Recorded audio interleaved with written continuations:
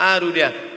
Kenapa setiap mendapat hadiah dari anak, orang tua selalu meneteskan air mata?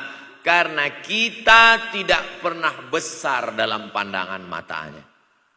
Kita, sehebat apapun, kita tidak pernah besar di matanya. Di pandangan ibu ayah kita, kita adalah anak kecil yang tapak kakinya 2 jari, panjangnya sejengkal. Maka jangan pernah ceramahi orang tuamu. Jangan mentang-mentang sudah mahasiswa pulang. Ayah, sini, mama, sini. Duduk. Assalamualaikum. Bisa. Karena kita tidak pernah besar di mata orang tua. Kita tetap kecil. Walaupun kamu sudah menikah, sudah punya istri, sudah punya anak, kau tetaplah anak-anak dalam pandangan dia. Oleh sebab itu jangan sok besar. Jangan sok hebat. Kalau ada pesan yang ingin mau disampaikan, jangan melalui mulut kita. Dipinjam mulut orang lain. Tokoh masyarakat, alim ulama, dia ngajinya di mana? Ada yang mau kita perbaiki, jilbabnya mungkin kurang panjang, mungkin ada kebiasaan dia yang kurang baik. Sementara kita udah ngaji, sudah belajar di Universitas Ahmad Dahlan, sudah terpelajar, membuat dia mau menjadi orang baik. Tidak mesti dari mulut kita, pinjam mulut orang lain. Assalamualaikum Pak Kades, pinjam mulut Pak Kades sebentar boleh? Pak Kades, ayah saya kan orangnya baik sama Pak Kades. Iya, nanti kalau saya ngomong dia nggak dengar. Jadi saya mau tolong Pak Kades, ayah saya sampai sekarang belum sholat Pak Kades. Jadi tolong Pak Kades nasihati dia. Kata Pak Kades, saya juga nggak sholat. Hancur dunia persilatan. Oleh sebab itu senangkan. Ini banyak anak-anak yang udah ngaji, yang sudah aktivis masjid, merasa ingin orang tuanya baik, dia sendiri menceramahi, nggak ketemu, nggak connect dia. Ayah sini. Orang yang tidak sholat, neraka jahanam tempatnya. Sakit hatinya. Meleleh air matanya. Sekali kau buat air matanya menetes, maka kau akan berenang dalam kesengsaraan. Jangan pernah buat dia menangis. Kalau dia nangis haru Pak Ustadz, enggak apa-apa. Cuman kita kan sulit membedakan mana air mata haru, mana air mata sedih. Sama-sama bentuknya air mata. Makanya ada ungkapan jangan menangis air mata buaya. Kenapa selalu kalau disebut air mata buaya? Karena memang buaya menangis bukan karena sedih, tapi karena kekenyangan. Buaya kalau habis makan orang, keringat, buaya itu tidak ada pori-porinya. Kita kalau berkeringat kan keluar pori-pori, ini keluar air. Buaya nggak ada. Satu-satunya tempat air keluar, nah itulah. Makanya menangis buaya. Keluar air mata buaya. Maka jangan sampai kita nangis karena kekenyangan. Haru dia melihat pemberian kita. Di saat itu menetes air matanya, berdoa, dia memanjatkan doa, mengetuk pintu-pintu langit, terbuka. Masya Allah. Buka tembus. Pantasan doa mahasiswa Universitas Ahmad Dahlan kabul. Rupanya pintu terbuka. Doa kepada Allah Subhanahu wa taala. Kadang-kadang kita merasa doa kita yang dikabulkan Allah. Kadang-kadang kita merasa sok hebat. Setelah dia meninggal dunia, barulah kita sadar rupanya selama ini kita hanya menumpang doa. Numpang. Bukan doa kita yang dikabulkan Allah ternyata, tapi doa dia. Tapi dia tidak pernah cerita itu. Dia nggak pernah ngomong. Apa pernah dia panggil kita? Sini sebentar. Aku sudah capek doain ente. Pernah dia bilang itu.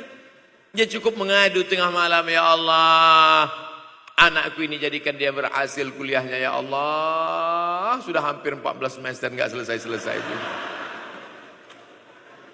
Dia mengadu kepada Allah Subhanahu wa taala. Ma, aku susah ini sekarang. Susah kenapa? Skripsiku ditolak terus. Pembimbing kemarin itu mempersulit terus. Berdoa dia tengah malam. Ya Allah, lapangkan hati pembimbing itu supaya anakku cepat ya Allah. Kalau enggak, matikan dia ya Allah.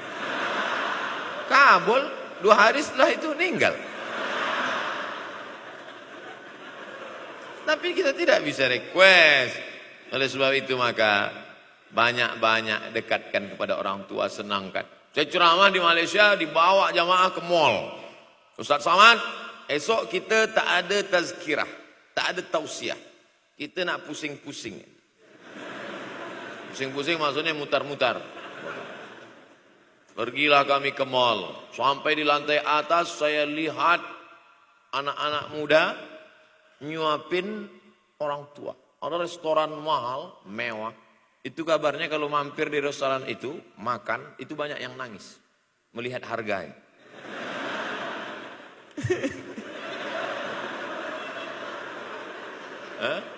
Ada saya lihat anak-anak muda yang ganteng-ganteng, perempuan yang cantik-cantik menyuap orang tua. Orang tua yang sudah tak berambut, sudah perempuan tak berambut lagi, rontok saking tuanya, kulit sudah keriput.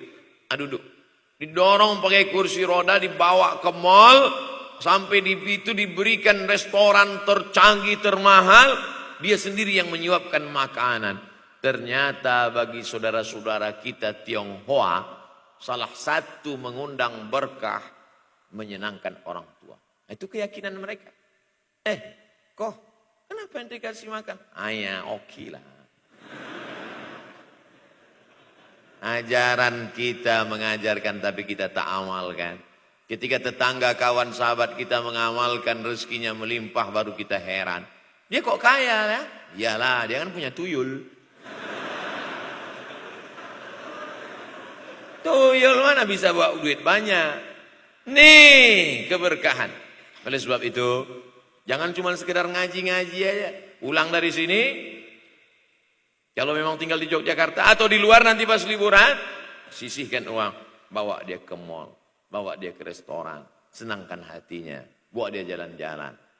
Cuman tetap juga yang logis. Kalau dia udah tua, janganlah dikasih kacang goreng. Sesuaikanlah, agar-agar kasih. Ya nggak perlu dikunyah. Kiri kanan gol, kiri kanan gol. Orang tua bawa kasih kacang, menyiksa itu. Saudaraku yang dimuliakan Allah Subhanahu wa taala, kenikmatan yang terbesar adalah ketika orang tua masih ada bersama kita.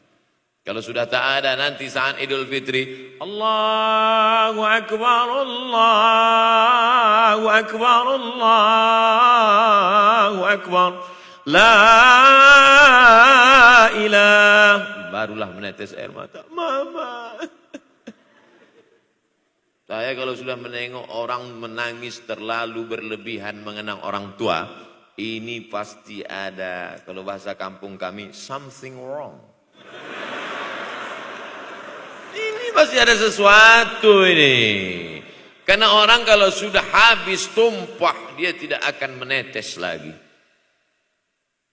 Tumpahkan kasih sayangmu itu sampai habis ludes, dia tidak akan menetes lagi. Tak ada penyesalan, karena semua sudah kita berikan. Kalaupun menangis hanya tetesan kasih sayang. Tapi kalau sampai mencakar dinding, mama, ini pasti. Saya kalau ada orang yang menyesal sampai mencakar dinding, mau saya antukkan aja kepalanya ke dinding. Dulu waktu hidup kenapa enggak waktu? Sekarang udah mati baru kau menangis kan? Senang kan? Nah, tapi tentu sesuai kemampuan kita, karena kata Allah, la yukallifullahu nafsan illa wus'aha. Allah tidak membebani orang lebih dari semestinya. Ustaz ceramah sampai jam berapa ini? Sampai jam 6 insyaallah. Saya mau melengkapkan. Jam kita sama tuh. Oh, sama. Jam 6. Jam 6 maka saya ceramah 90 menit nanti di Universitas Ahmad Dahlan.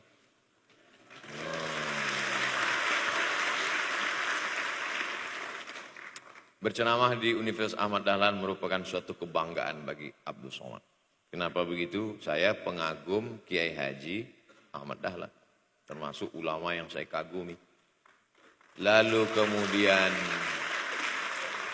apa kekaguman di antara kekaguman Ustadz terhadap Kiai Haji Ahmad Dahlan? Beliau punya keberanian untuk melawan arus. Arus TBC, tahayul, bid'ah, cuerafat. Dia berani melawan itu. Dan akhirnya, dan beliau tidak membangun ketokohan. Tidak yang dibangkitkan itu Ahmad Dahlannya, tapi yang dibangkitkan itu metodenya. Yang dibangun itu relnya. Sehingga nanti kalau kereta apinya lapuk, tetap akan ada kereta api baru yang lewat di rel ini. Nah, ini yang dibangun. Dan akhirnya sampai hari ini, saya sedang berada di hadapan kereta api yang baru. Ada Thomas.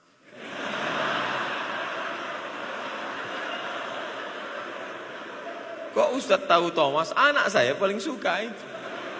Satu koper kereta. Artinya apa? Bangun rel, maka akan ada lokomotif baru. Dunia boleh berganti, zaman boleh berubah. Idza waqa'at ala ahadikumul qiyamah, kalau kamu sudah mau mati. Wa fi yadihi fasilah, di tanganmu ada bibit korma. Sudah mau mati, di tangan ada bibit korma. Apa yang kita lakukan? Ada sebagian orang kalau sudah mau mati, ya wes gua aja lah. Kalau di tanganmu ada bibit korma, gali-gali tanah sedikit, tanamkan. Untuk apa nanam korma sudah mau mati? Bukan kita sempat memakan manisnya, tak sempat bermaung di bawah daunnya yang rindang. Bukan kita yang menikmati, tapi ada orang lain dan pahalanya mengalir ke makam kita. 28.000 ibadah mengalir ke makam Kiai Haji Ahmad Dahlan. Angka 28.000 itu dari mana Pak Ustaz? Angka mahasiswa Universitas Ahmad Dahlan. Ustaz tahu dari mana? Ya makanya kalau orang ngomong tuh dengar. Makanya saya kalau diundang ceramah, Ustaz nanti sebelum ceramah kita ada acara makan dulu. Ya selama itu saya diam aja. Ngumpul-ngumpulkan bahan. Jangan pernah melihat modal materi, tapi kuatkan usaha dan tawakal. Nih, bantuan cuma 6 miliar. Tapi ternyata keperluannya berapa? 126 miliar. Tapi buktinya jadi masjid yang besar. Kalau diikutkan modal, mana mungkin cukup? Maka begitu juga dalam menatap hidup ke depan. Kamu kenapa belum juga nikah? Modalnya besar Pak Ustaz. Terus gimana? Nunggu yang gratisan aja lah. Dan begitu, usaha, tawakal, doa. Nah, bagi yang masih lajang, yang mau nikah, itu kalau bisa doanya jangan sir, agak jahar dikit. Ya Allah, umur udah 40. Dengar sama sebelah, loh belum mas katanya, belum. Bodoh.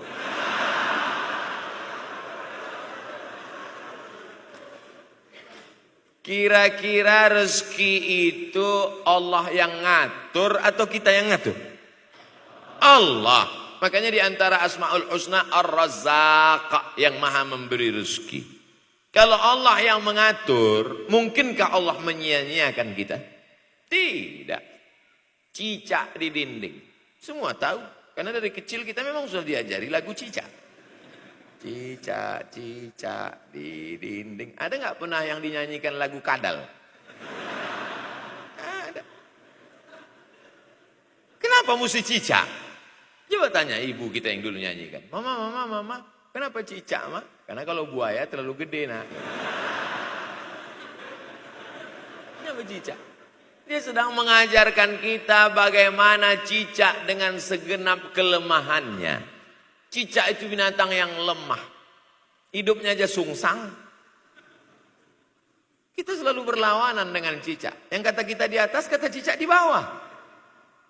Tapi makanan cicak luar biasa. Apa makanan cicak? Helikopter. Nyamuk. Cicak tidak bisa menggunakan tangannya. Karena kalau dia pakai tangannya jatuh. Kadang pakai 4 aja jatuh. Selalu kan kejadian eksiden cicak jatuh. Cicak tidak pernah gunakan tangannya untuk makan. Karena dia harus berpegang kuat. Apa yang dia pakai? Lidahnya. Lidahnya dia pakai. Nyamuk yang dia makan. Helikopter. Habis dimakan oleh cicak. Siapa yang paling hebat? Nyamuk. Makanannya darah. Nyamuk masih keluarga Dracula. Tapi Allah SWT mau mengajarkan jangan putus asa, gunakan potensimu, apapun yang terjadi, gunakan. Ini sekarang banyak anak-anak muda nih kehilangan semangat. Kalau engkau kehilangan beras, masih bisa hidup 3 bulan. Kalau engkau kehilangan air, masih bisa hidup 3 hari. Tapi kalau kau kehilangan semangat, kau hanya hidup 3 detik. Tik, tik, tik, mati. Oleh sebab itu jangan sampai kehilangan semangat.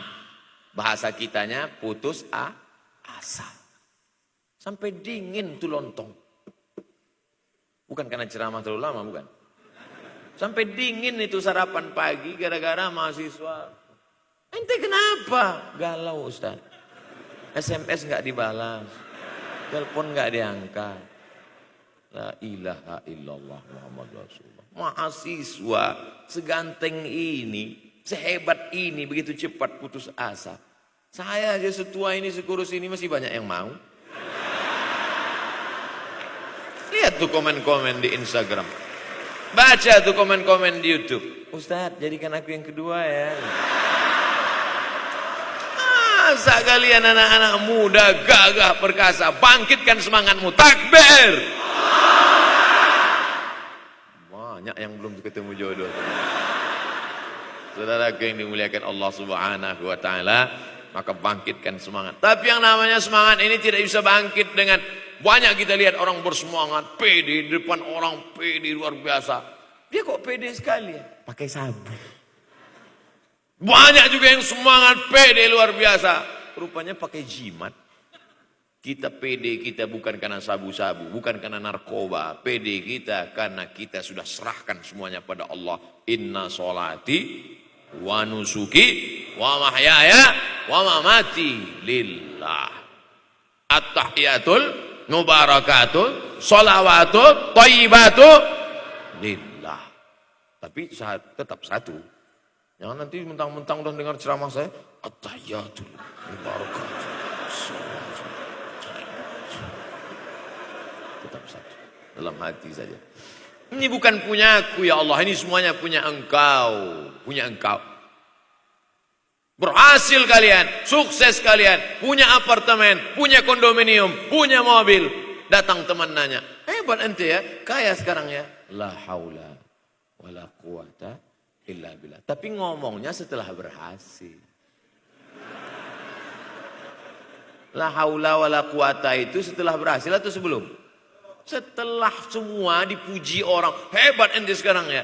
La haula wa la quwata. Bukan punya saya, punya Allah. Tapi sekarang banyak orang salah. Ente kok enggak kerja? La haula.